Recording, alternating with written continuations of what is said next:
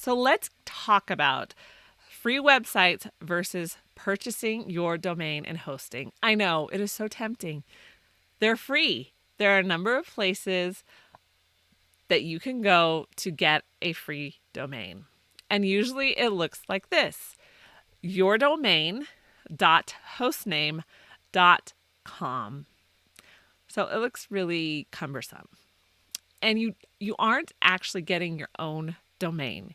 Your website is a subdomain of the main hosting site.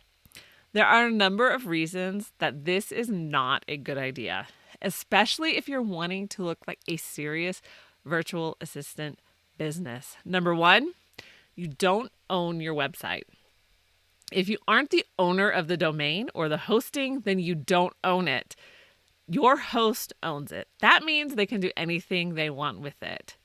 So keep in mind, like, what we've seen in recent years when it comes to social media platforms and people getting kicked out, accounts getting closed, etc., etc. It is not far-fetched to think that a hosting company can do the same thing to your website. So you don't own it. They own it. They can do whatever they want. Number two, you're not easily found. So these websites that are free don't usually come up in a search. And it is really hard to remember yourdomain.hostname.com. So if a potential client is going to go looking for your website, they need to spell everything exactly as it is. And yeah, I can't even get websites spelled correctly all the time. So this adds more barriers for your clients to overcome.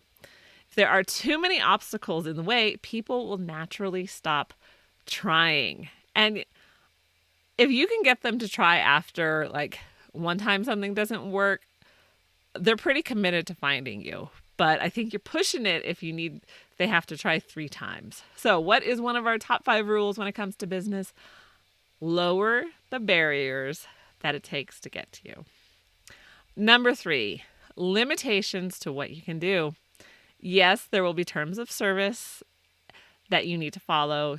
You will also be limited to what you can design because usually there are packaged kind of layouts and setups. And so you're kind of stuck with what they can offer. There are some that offer more flexibility, but for the most part, you're kind of stuck with, their 5 choices of web design that you can put on your website. So what is the solution to all of this? It's obvious at this point, get your own hosting. So I use Bluehost, again, link in the description below, and I have for years. There's also SiteGround, which offers like faster servers and all that kind of stuff. And I do talk more in depth about hosting in another show. And again, I know I said I wouldn't keep mentioning it, but it's kind of germane to the topic at hand. So I do talk more in depth about different hosting. The next thing you also want to purchase is a premium theme for your WordPress site. So I do use Divi by Elegant Themes, and it gives you the freedom of design, but the ease to start.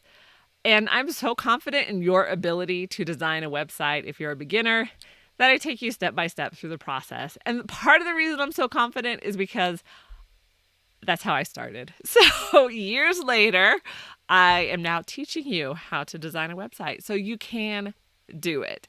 Yes, there's a learning curve. Yes, you have to invest time and money. Yes, that is one purchase I have no regrets making.